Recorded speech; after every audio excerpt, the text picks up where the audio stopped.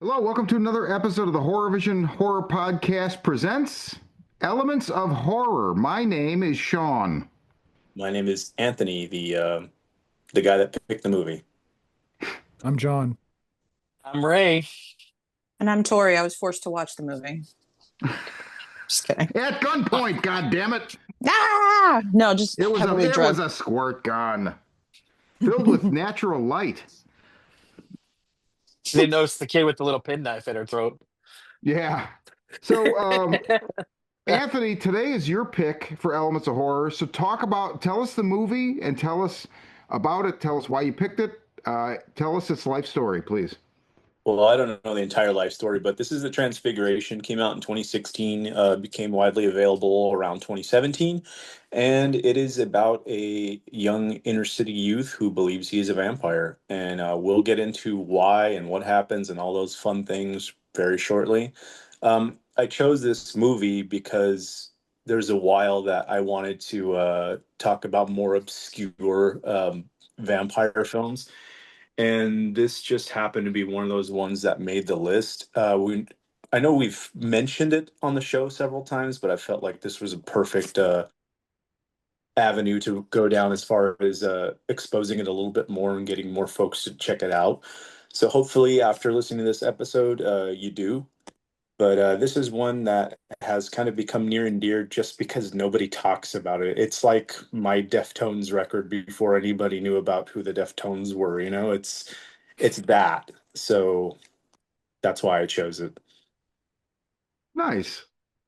This is written and directed by Michael O'Shea, and it's loosely kind of from the Larry Fessenden camp because Larry Fessenden is in it briefly. And I first saw this on Shudder TV back like in 2018 when I first subscribed to Shudder. Caught it like from, like 10 minutes in or something like that. Absolutely transfixed. And man, it's currently available included with, so you can rent it on Prime for $2.99. You can watch it on Tubi, or Strand Releasing has their own channel because now everybody. I watch for my channel where it'll just be me. You can watch me taking a bath. People would pay for that, Sean. I'd buy that for a dollar. It works for the guy in Creep, right? So I don't know. That's my Sell it. inspiration. Sell your bathwater. And if you have a Ooh. library card, it's on Canopy. And it's on Canopy. Ray, you're smarter than all of us, my friend. Who has a Um, library card? Come on. but I'm just kidding. I have one. Books and learning. I subscribe to Strand Releasing to watch it, just to see what else they had on there. I love this movie. I'll talk about that. Tori, talk about the Transfiguration. So this was a first watch for me. I went in really freaking blind. I didn't want to look up anything. Um, but yeah, I really dug it. It was a lot sadder than I thought it was going to be. And it reminded me of a lot of different things, but not quite copying. I really got bones and all vibes from it. I liked that it was kind of this slow burn. I thought of another low budget that's kind of underappreciated called Alchemist Cookbook. Oh, that was on like my queue on something for years, and I feel like it was a movie I kept starting and then getting interrupted or something. Yeah, it gave me that vibe because it's the same thing of these two people that are kind of loners that aren't, they're kind of weird. Well, our dude was more than that, but you kind of feel bad for them, and they're kind of ostracized in the society. Um, but you kind of feel sympathy for him because I felt sympathy for Milo the whole time, even though he's kind Oh of doing yeah. these um heinous things. But yeah, I loved the title. Like it made so much more sense to me with the ending and the Hmm. son. The whole transfiguration of Jesus, and that's his transfiguration is showing who he really is to her, and she still loves him. Um, yeah, I just loved that whole connection with it and the son. Yeah, sorry, kind of lost of words right No, that's okay. now. So this Moving is on. starring Eric Ruffin and Chloe Levine, who has been in The Ranger, Sacrifice Game, a bunch of stuff. She's wonderful in everything she's in. Just wow, very radiant. I feel a person. I feel like really feels like an indie. It feels like indie cinema. Like when I think of indie cinema, this is what I don't necessarily think of this movie, but the way this is shot and edited is like exactly. Oh, I just really, really enjoy this. John, talk about the Transfiguration. I think you also, this was the first time viewing for you?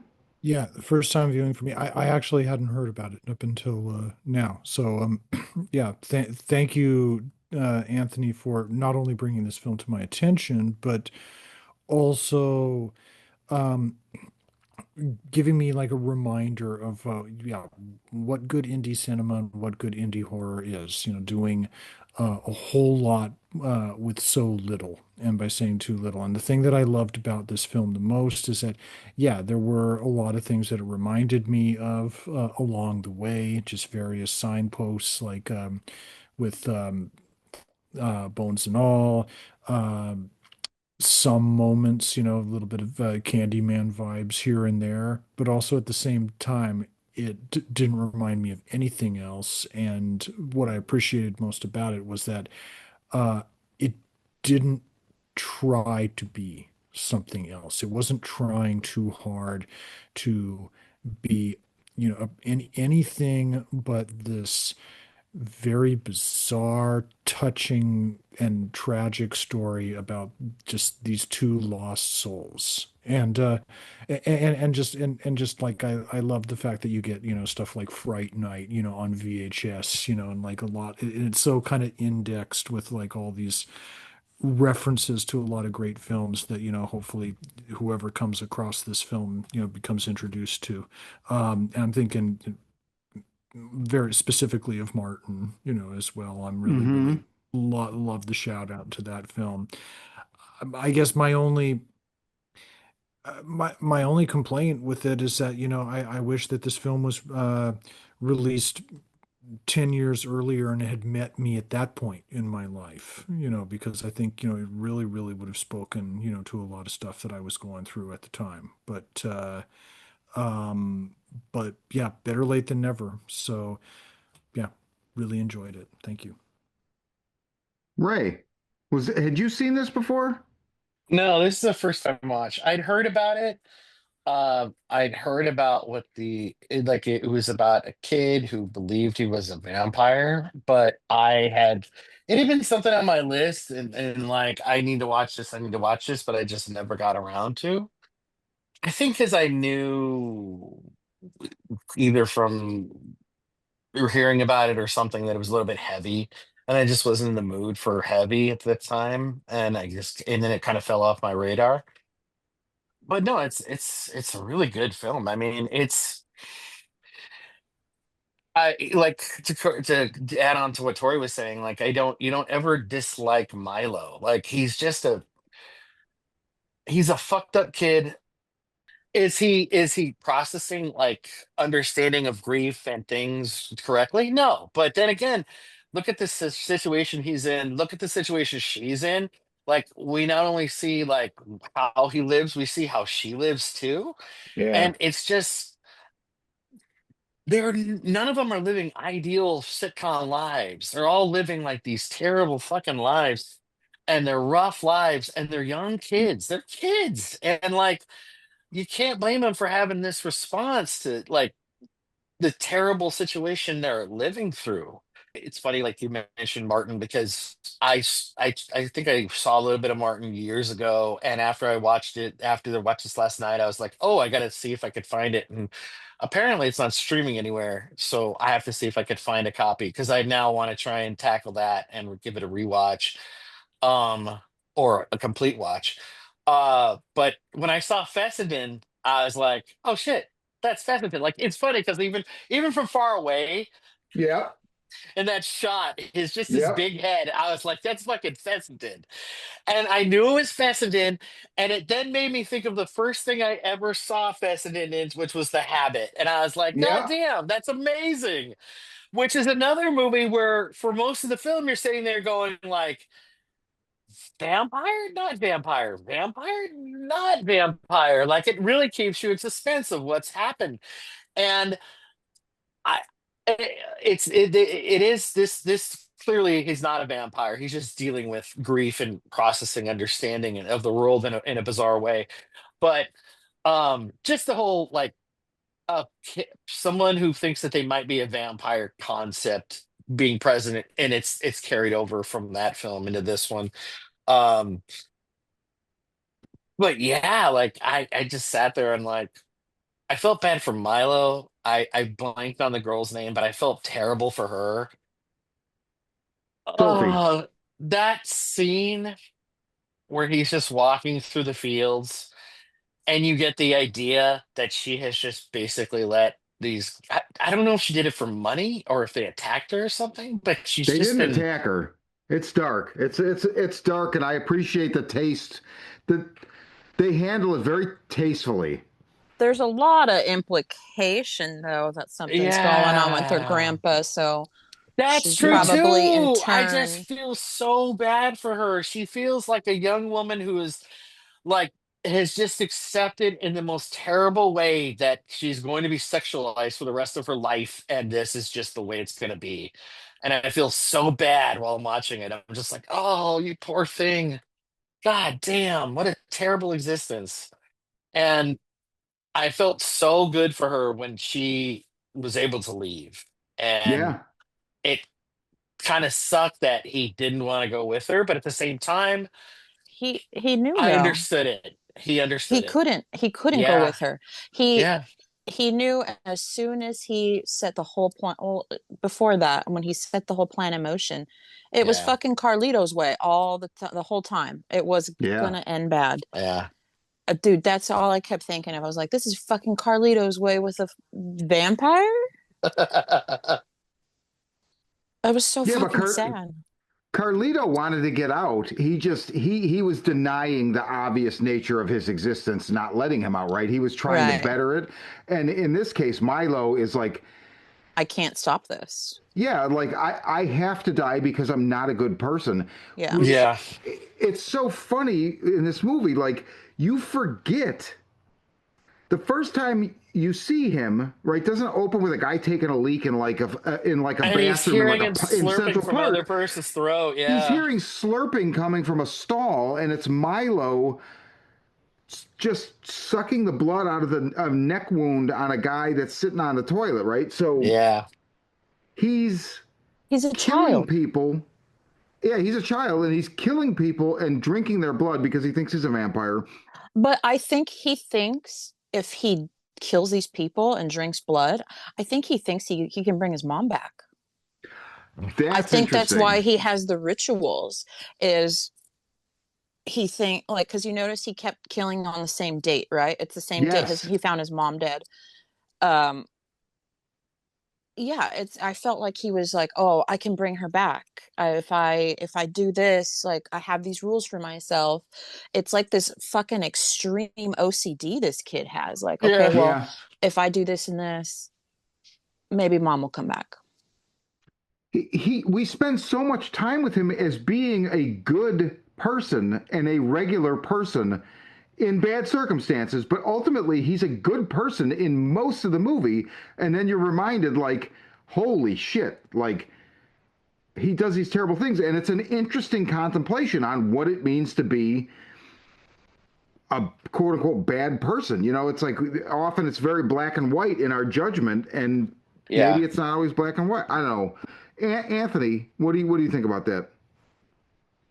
Well, I think he's ultimately a bad person. The mother dying um, definitely like exacerbated an issue that he already had because he goes in depth about talking about self-harm and then going on to animals, small animals, et cetera, et cetera. So he gives it all away. And honestly, I Mm-hmm. think it might be one of those things that led his mom to the path of suicide because she saw how bad he was getting. Oh, That was my take on it. interesting. Totally, I like yours though. Oh. Um, so that's why he fed on her, because this thing had already been like festering inside of him for a long period of time. Um, and it is sad and tragic to watch how happy he becomes, and that he is able to find some sort of joy in life.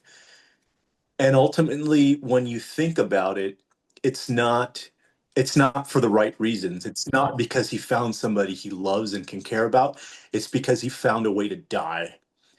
And I mean, therein lies like more of that bleakness. But no, I mean, there are points when I feel bad for him. Obviously, the mother thing, it sucks. You know, I lost my mom, et cetera, et cetera. But those human things you have to learn to strip away, because he already has as a character just how he feels nothing as far as, people dying around him, et cetera, and being able to manipulate situations so that people he doesn't like dies. You know what I mean? Like, he does bad shit. Yeah. um, it's funny. So the Blu-ray. I have a UK import, and the import has extra features. One of those extra features is an extended scene of them sitting at the bus stop after they visit his mom's headstone in the graveyard, and they're sitting there and they're talking. He's kind of gone in shock at this point, or you know, he's not talking or whatever. And then she asks him, "Hey, do you miss your parents?" And he's like, "No." And she says, "I miss mine." He actually, in this extended scene, he starts laughing at her Oh, because wow. Wow. she's emoting and showing, uh, she's genuinely like grieving and showing loss. And he laughs at her, and she goes off on him. It's crazy how they did it. I'm surprised they didn't leave it in. That would have been nice to have seen, especially when contrasted with how he responds with you know sending the white guy into Yeah. buy ecstasy. Yeah, that's going to end bad. So again, like, just to go back to answering your question, I don't feel for Milo because Milo has become a master manipulator. And when you do, in my opinion, when you do feel for him, it's because you've been manipulated. Wow. That's really interesting. I mean, well, he's manipulating you because he's charismatic in a non-charismatic way, but also the filmmaker's manipulating you by what he's showing you and the Mm-hmm. order in which he's showing it to you. Because I really like the guy, but now I'm thinking about it and like, oh yeah, but like, oh my God, His brother's scared of wow, him the whole time. Oh Like yeah, you could yeah, tell his definitely. brother's uneasy around him. And I took his happiness when he started feeling that way with the girl as him finally being able to reveal himself for who he is. She saw his journal. She found his kill journal and was like, "Oh, after a day or two, it's not that bad, you know." It's yeah. so I feel he felt like, "Oh, I can be my true shitty self in front of her." Yeah, that was his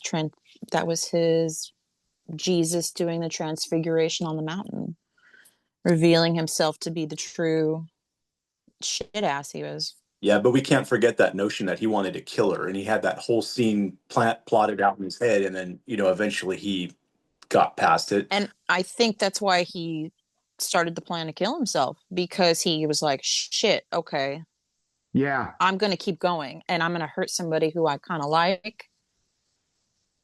He By he Got to the way, stop. tasted a different kind of life Mm-hmm. and was like, "Oh my God, now but I can't have this because I'm already tainted. I I don't already have this deserve it. appetite." Yeah. Mm-hmm. Yeah, by the way, that's a beautiful shot with them sitting down at the beach at Coney. You can see, the Wonder Wheel in the background, like Yeah. kind of out of focus, but it's just this really gorgeously framed shot. I think another reason why you feel manipulated by the director is just a guerrilla style, handheld, very up close and intimate style of shooting, and a lot of it becomes voyeuristic. So you feel as though you're in the room, and I feel like you're able to create those uh, connections with the characters because you feel as though you're there, and the director has, intentionally done that for you. And like you said, this is just kind of all part of the master plan of Milo. And yeah, I think it's incredibly effective. And there's a lot of gorgeous scenes in this movie. O'Shea's only ever done this one feature length film, correct? He hasn't Yes. done he's done some TV, but he's never done another film, which is, very unfortunate because I would love to see this guy go on and do other much larger projects. He's a working director, and man, if I had money, I'd be shoveling it on top of him. It's insane. But I really wish that this guy had, another shot to do more stuff. And just because this film is virtually unknown by so many folks, I don't see him getting the opportunity in the near future at all, which is it's a travesty in my opinion. It really is. But to have this one film, if you were going to do one film, right, it's a pretty good film to have. Like, this is like an all timer, man. I mean, I think it's very, I don't know, John. What do you think? Yeah, why I haven't, I feel like it's criminal, like that I haven't heard of not just this film, but this guy and why he hasn't made more films. One of the things that it's weird. I agree with Anthony, but I would also add just sort of the level of sensitivity that is given to everything it just was not lost on me, especially with the brother as well, the older brother, as a war veteran with PTSD, is portrayed so realistically. It's like I've seen so many films that go totally over the top with it, but it's done in a way that's very naturalistic and makes total sense when you have, it's like because it's one of those things where he totally knows there's something seriously wrong with, his brother. It's just, he's seen things, that are just sort of far worse that probably would have just, probably would alter the direction of what his brother is going in as well. And Hmm. what you have, like he has trauma from war, and whereas Milo has uh trauma from, his situation, his not just his family situation, but from his environment as well. Hmm. And ultimately, I think that's where the film shines for me, is that it's a quiet film about how people are shaped by their environments. And it also doesn't fall into the try to be totally salacious about the question of, do horror films, violent films, crime films, you name it, um, contribute to social degradation. This film, I think, also addresses that question in a very clever way. It's just sort of like I kind of wish that this film had came out a little earlier when people were having more of those conversations around things like, say, school shootings, for example. Yeah, I would say this film kind of leans into this idea that, like, so I think he is in the situation he's in because finding his mother dead, she's cut her wrists, right? So he finds her bloody razor blade on the nightstand, and he tastes her blood. That's his reaction, right? That's how he deals with it in that moment.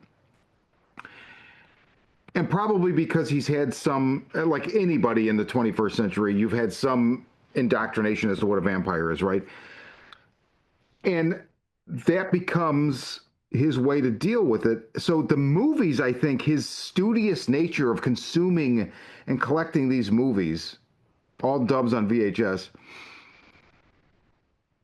I think that the fascination with the films comes after the violence has already descended upon him. So I think it's like kind of saying like the reverse, where it's like the movies didn't cause him to do it. It's, he's looking at the movies as a way to understand what he's doing. and having a silent film, as part of the whole atmosphere as well, worked for me because it's just kind of a converse. Well, not only because I love that film, but because there's conversations about, like, do these kind of films twist people have been going on since Nosferatu. So, Right. it's perfect. I mean, it's clear that O'Shea is conscious of these conversations. Yeah, absolutely. Absolutely. The brother is played by Aaron Moten, who Mm. I'm unfamiliar with, but who has a Fallout. credit. Huh? Yeah, I was just going to say his He's most recent amazing credit on is Fallout. Fallout. So that's He's awesome. That he's actually freaking makes me want to hilarious. watch Fallout and nothing else did. So maybe I will. Not even Walton Goggins. Walton Goggins is amazing in Fallout. I love Walton Goggins, but I see enough of him doing fucking ads for goddamn Doritos and sunglasses all the time when I watch YouTube.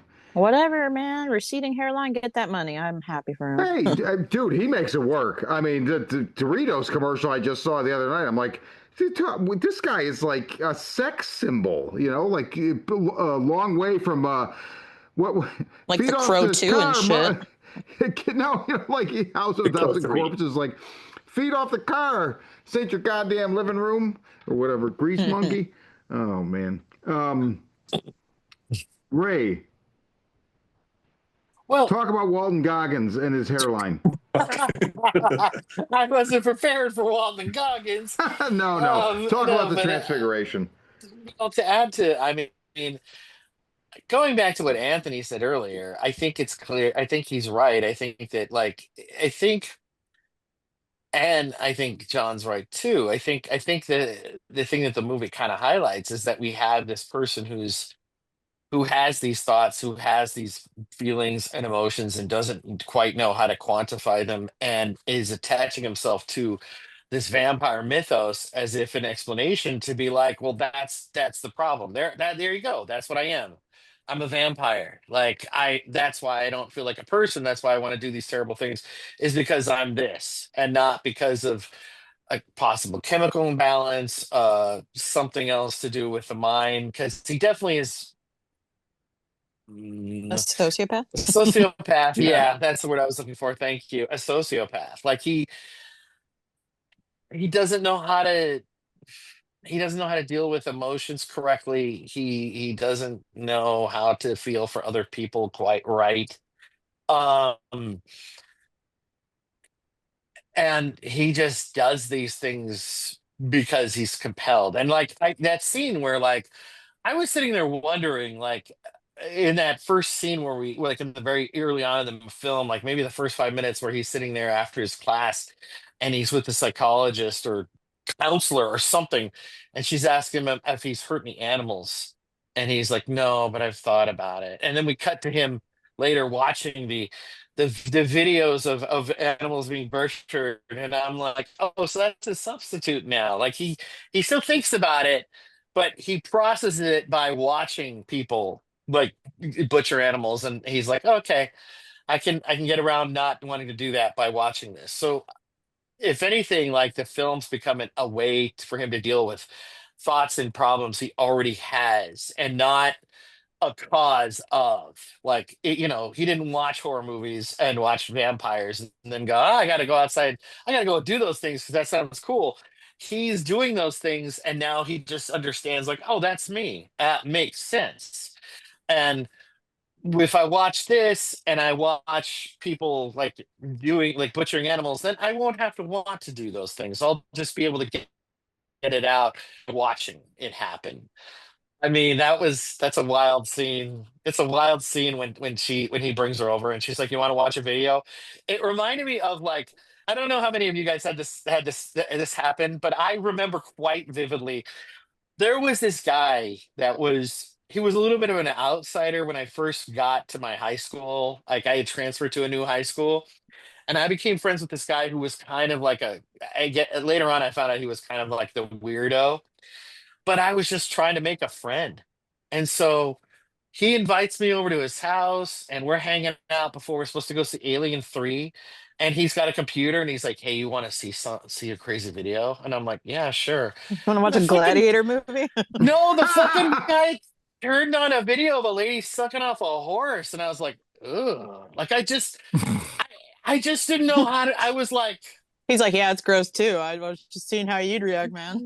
I, he, he clearly Oh, he clearly enjoyed it, and I was like, Fuck. oh no. And at that moment, I was like, I'm going to this movie, but I think after that, I think I'm gonna have to like start pulling away from this guy because this is weird. Like it's just like that moment in that fucking movie when she's like he's like, you want to watch a video? And then they start watching animals getting butchered. It felt very much like that to me. Like Did you you meet did you people go when you're back to that young and you're place? like, ugh. I oddly did. At that fucking moment when that happened, it shot me that memory right back. I no, she's saying, thankfully did you can. go back to his place? Ugh.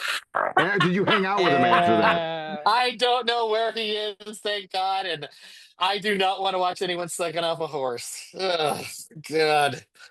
I watched the movie The Beast, and that was enough. Jesus.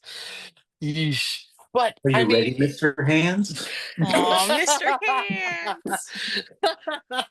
but it's I feel like it kind of spoke to like also like like when she's there, I feel really bad for her, but it also speaks to that moment that you have where like you feel like you're making a friend with somebody and then they kind of expose how truly weird they are to you, and that's the breaking point moment where you're like, I either decide I'm going to be okay with how Yeah, weird they are, or like out, bro. I'm fucking out.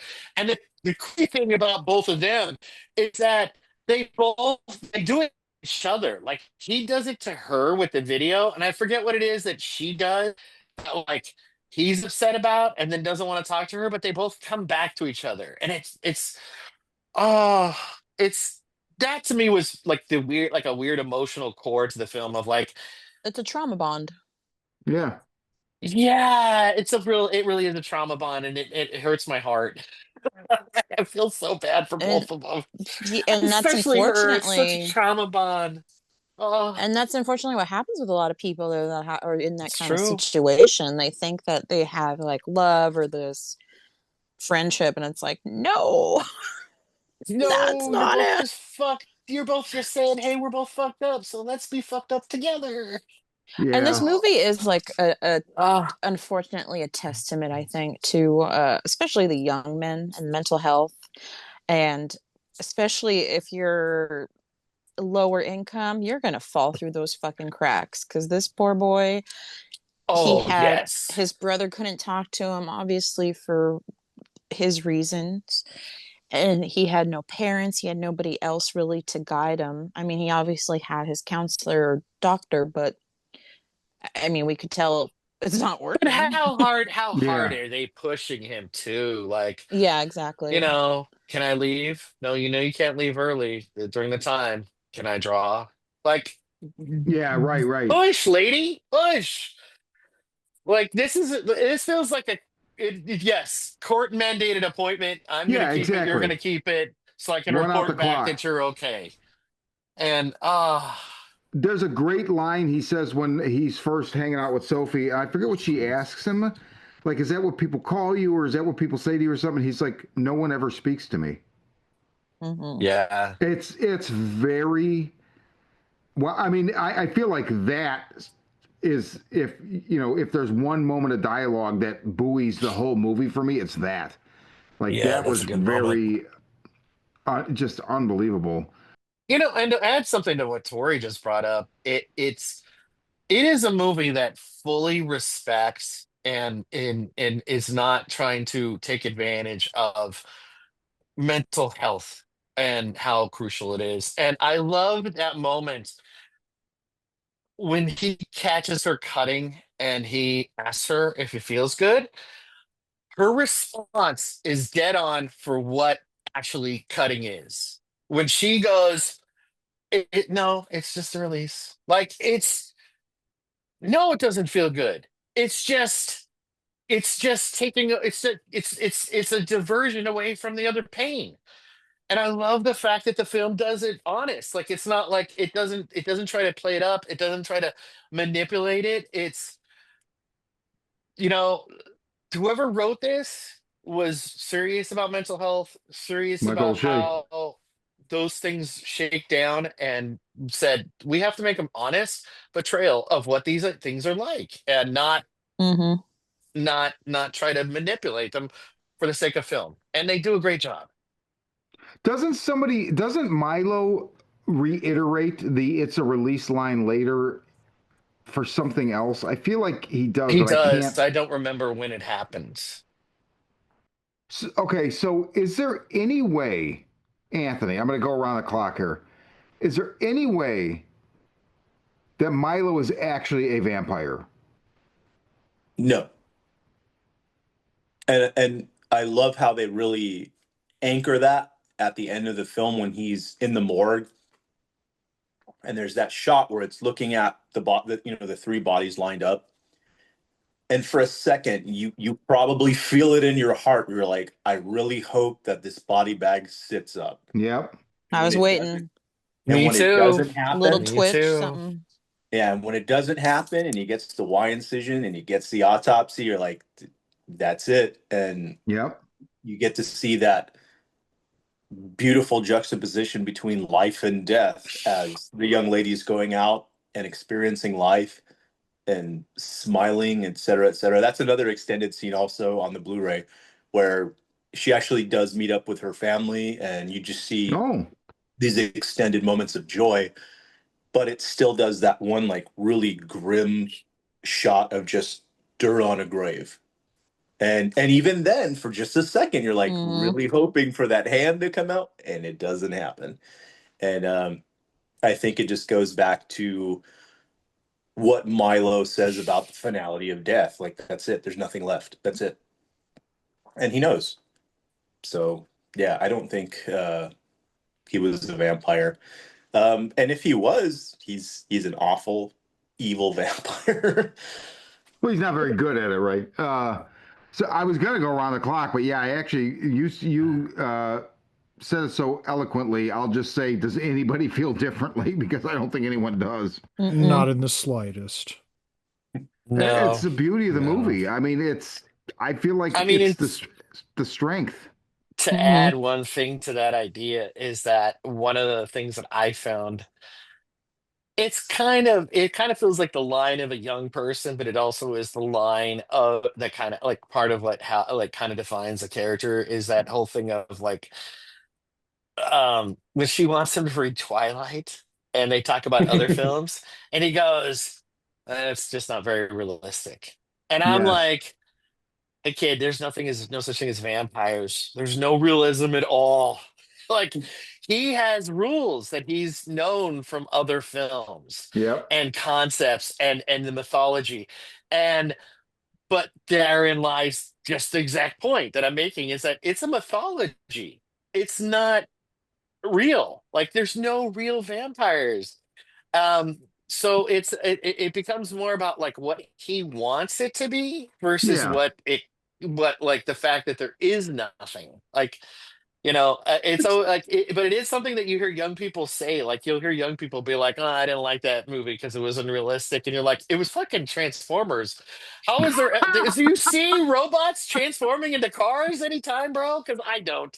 Like, you hear young people say that, but then you're like, "Wait, there's no real, unless you're talking about like you know." uh Long Day's Journey into Night or something. Like, there's no realism, bro. Anytime you've got vampires and giant robots and shit like that, there's no realism. These are made up concepts, they're myths. Like, you want to talk about realism? I mean, this movie, the irony is that the movie's highly realistic in its death and like how it treats life and Hmm. trauma. How I filled it with that line about Transformers. Great pull. Great pull. That was so funny. I just remember people saying that to me, and I was like, it's so unrealistic. And I go, it's giant robots that turn into cars. There's no Tor- thing that like that right? happens. There's Tori, go no ahead. way a VW could get that big. Now, I was just curious, is did he make the whole vampire thing his world because mom was a vampire, she'd still be alive. My dad was a vampire, living dead, he's still alive. Maybe. I mean, the whole realistic thing is interesting because he's talking about Martin and I forget what else, and he's like a near dark. Let the right one in. There's nothing about Yeah. near dark. That's, I mean, like Ray said, I mean, it's a vampire thing, but you can take vampire like Habit, The Fessenden's Bill movie. Paxton. Yeah. Fessenden's vampire movie is extremely realistic. It's still vampires, Yes. but it's very, very realistic, right? Yeah. As far as like if it was going to be real, but Near Dark is not. I love Near Dark to death. It's not fucking realistic, right? I mean, I So kind it's of get just what he's saying. It's more realistic on a Grounded. fantastical It's grounded. Oh, well, yeah, like compared I that's to a guess cool the word. Twilight word, or I guess Thanks, a better USC. term would be grounded in the mythos because, again, these things aren't real. Like, nobody turns into bats or mist or lives forever drinking the blood of other humans. Like, it just doesn't happen. Like, That was me talking about Dune when it first came out. I was like, it's really good. Why? Because it's a really realistic sci-fi movie. I really appreciated the director's need or compulsion to expose his viewers to other quality vampire films. I like that, there were yeah. multiple references to Let the Right One In, yeah. including that bridge scene, which is taken right out of Flip. Mm-hmm. Yes. Oh Yes. yeah. Oh Fun. I shit. immediately saw that. Yeah. It's really cool to see that. And then funny about that bit. Did you guys recognize who the I guess hobo was that went up to him and tried to wake him up? It was No. fucking Lloyd Lloyd Kaufman. Kaufman. Yeah, Yeah. fucking What? Lloyd Wow. Kaufman. Yeah, so he makes an appearance in the Oh. film. But I That's love awesome. that scene where it's just because it's just as beautiful and like the right one and you have like the snow in the background. It's gorgeous, but it works, in this particular scene.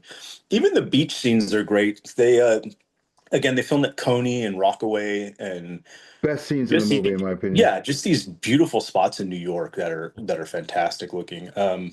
But then again, like John mentioned earlier, the Candyman element, you go into the tenement area, Mm-hmm. and it's a hard life in there. It's ugly at times, often more ugly than beautiful, which is I unfortunate. I love that they chose that setting and this character. Like I love that. It's so counterintuitive this like 9 out of 10 people that make a vampire movie, especially a realistic quote unquote one, and it's not a Grounded. vampire. You know what I mean? But I just fucking love that. I love it so fucking much. I actually had a thought about that scene where he lures, I forget the kid's name, the white kid into the tenement building. Um, and my thought was, is he possibly like, because he doesn't have his penknife, we don't see that. It doesn't seem like, and it's not the right time for it.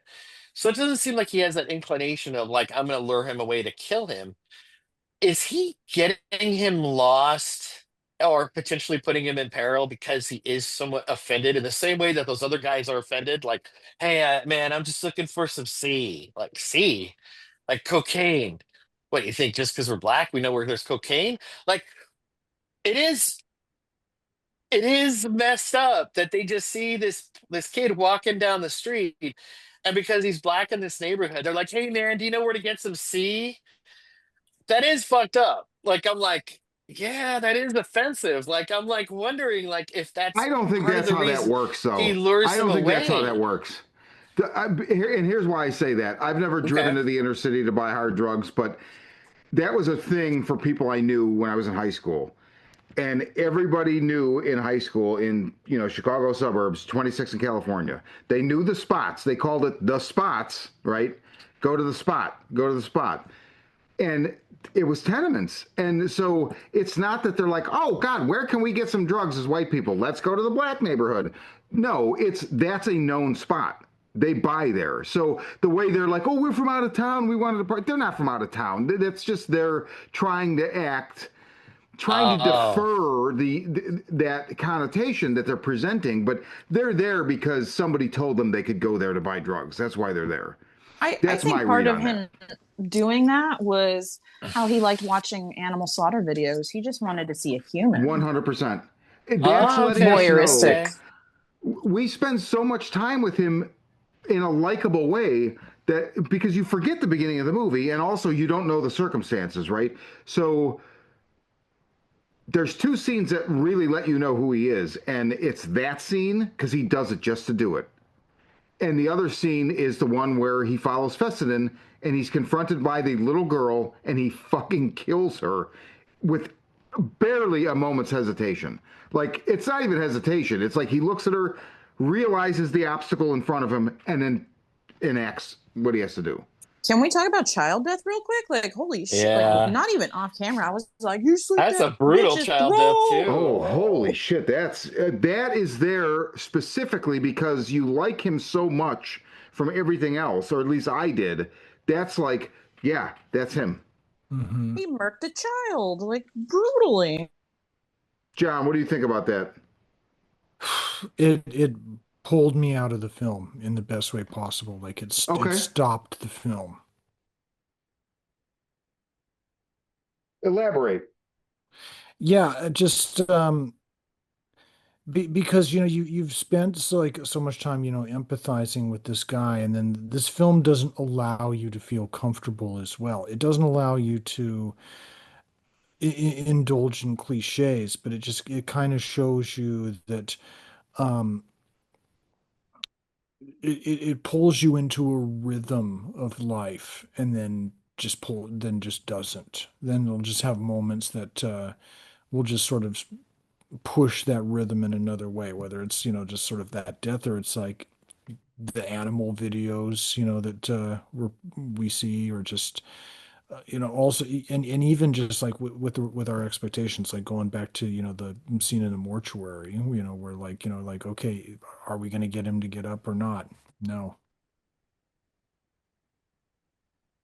That's also the first time you actually see him revolted by what he does, Yeah. and there's like genuine like trauma done to him afterward. As you see, he's sitting on the train and he's like jittering. He can't Yeah, stop his hands from shaking. Yeah. Obviously, he vomits up the blood like immediately, which yeah, is Yeah. something he does throughout the film, but it's something that happens immediate because it's just this physical reaction to something horrific happening. You walk into a car crash scene and people barf, like but then he starts to realize, he goes, yeah, I am this evil that has done this. I'm only going to get worse. And he does warn his girlfriend, like, hey, you're, because she says, hey, do you want to come with me? He's like, no, you're not going to Yeah. like it. Like, you like me now, but it's going to get worse. You're not going to yeah, like me later. And yeah, so when you start seeing that plan come to fruition, you're like, wow, this is crazy. But it threw me off at first because I thought he was just gonna do it, to have the cops kind of come and shoot out with the guys. And there's that scene where he's looking out his window to look at the drama that he's caused and yeah. admire his handiwork. But yeah, I like that your expectation with that is subverted by the storytelling. John, I wanted to ask you a question. What did you think about the style of shooting? Because it's all handheld, it's very intimate. Um, I just really wanted to hear what you thought about that, or what it brought out of you as far as your engagement with the film. Yeah, it's a very minimalist film, and I don't mean, like, it was not going for the sort of cinema verite, ghetto realism, or trying to be that kind of mockumentary, all the Texas Chainsaw kind of look, or the Blair Witch Project. Just it was it was a film where this is kind of a cliched expression, but uh, I feel Michael O'Shea is definitely in the ornament is a crime uh, school of thought. And I think that's what we had on display here. And I think what that does is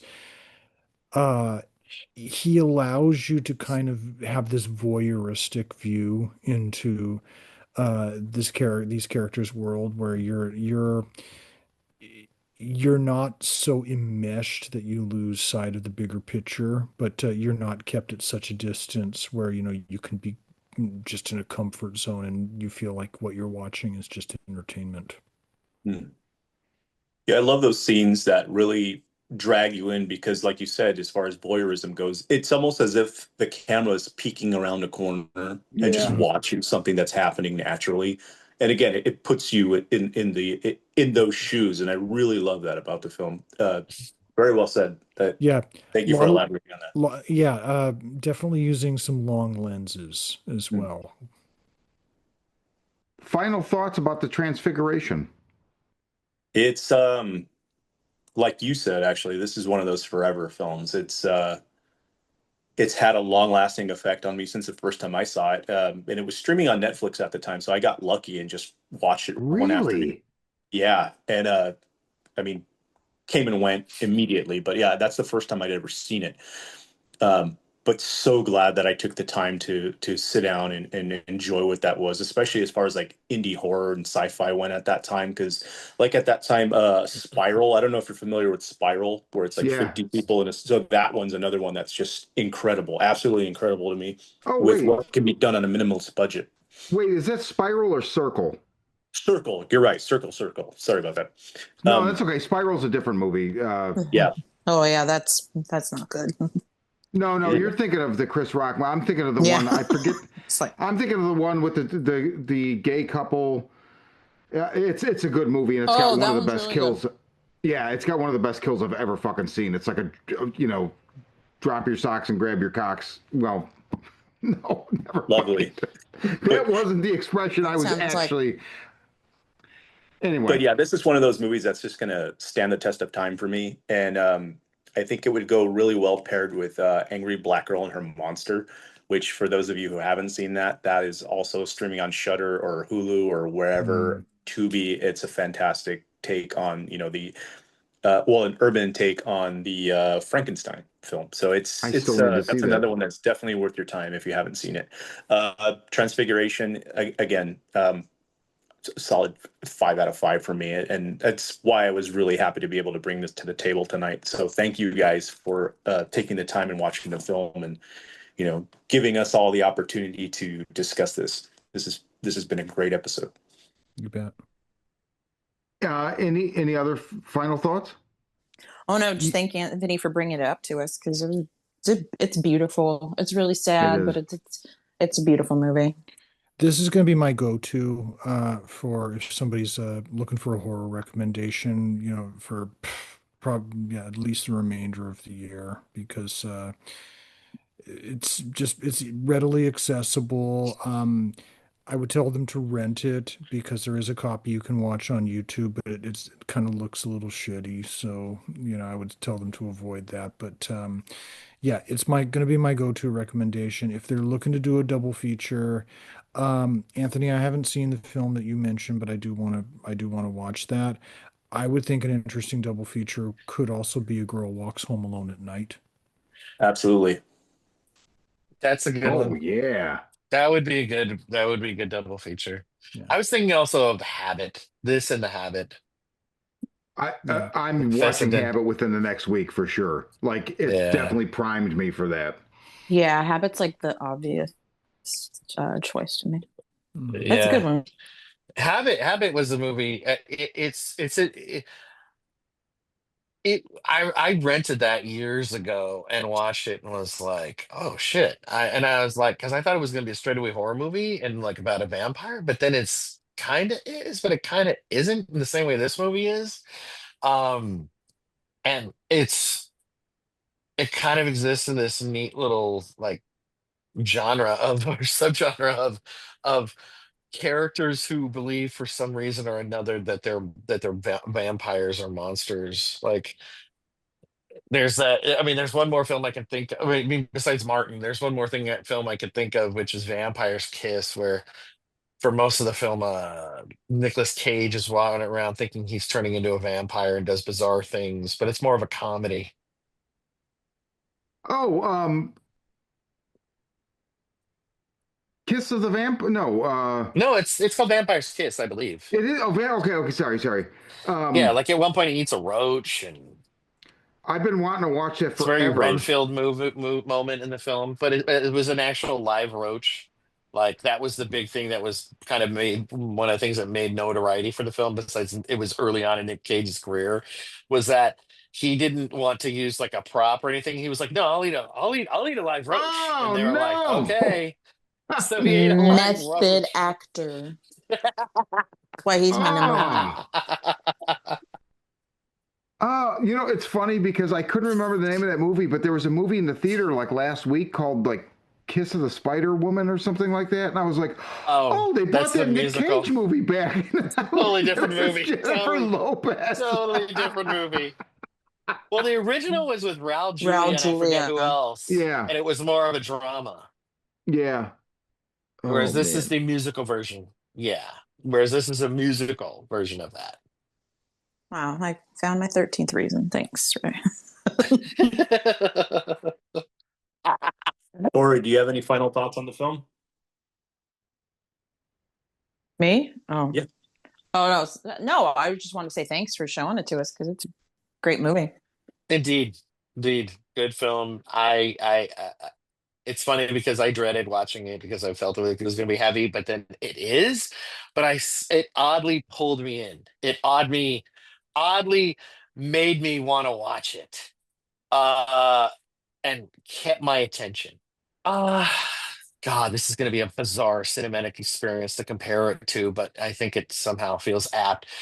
It feels somewhat similar to the same experience I had watching the movie Kids. And like, Oh, dude, I was 100%. just That's not sitting bizarre there, at just all. like I was just sitting 100%. there, like like horrified by what I was seeing on screen, but I couldn't turn my eyes away, and it kept pulling me in the longer it was on. Like it, and plus the whole element of like young people and like just having the most fucked up reactions to things. Like it feels very on brand. It's so funny. I've never seen all the kids. Kids really freaks me out. But I was trying to think of what movie this just really, like I said at the top, like it evokes indie cinema to me, and the Yes. rhythms and everything, the way it's edited, everything. And I was like, what else? I know there's other movies. That's one of them for fucking sure. For I Yeah. sure. It made me feel gross in the way after when I watched Elephant and We Need to Talk About Kevin. Oh yeah.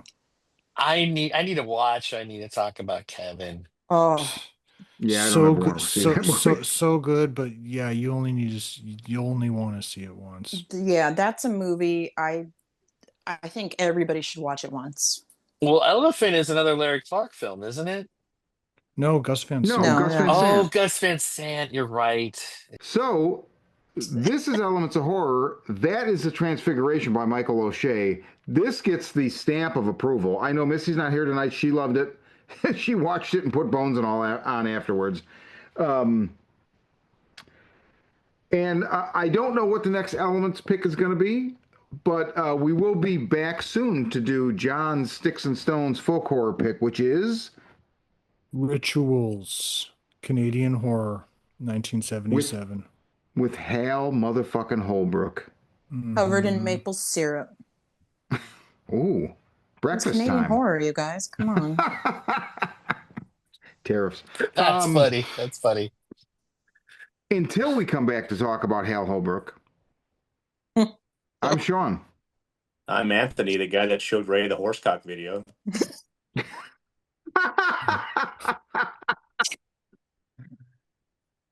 I'm John. And I'm Ray Van Cunt. Oh, and I'm Mr. Hands.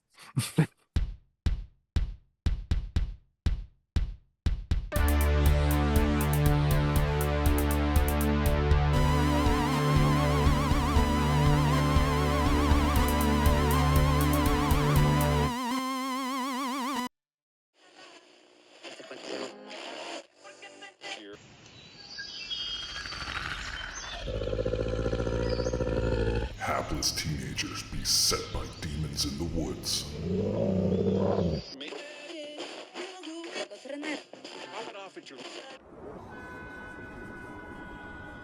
a strange new drug that turns art into murder.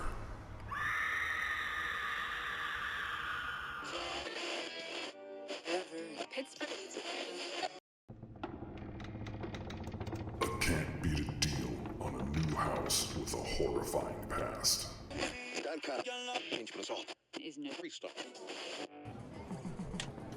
A video game that might usher in the apocalypse.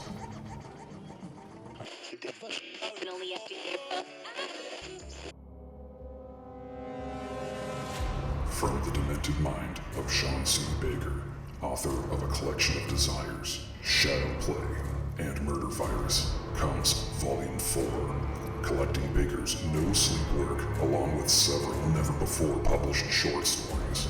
This 99-cent volume also includes the opening chapter of the author's forthcoming teenage giallo novel, Black Gloves and Broken Hearts, due out later this year.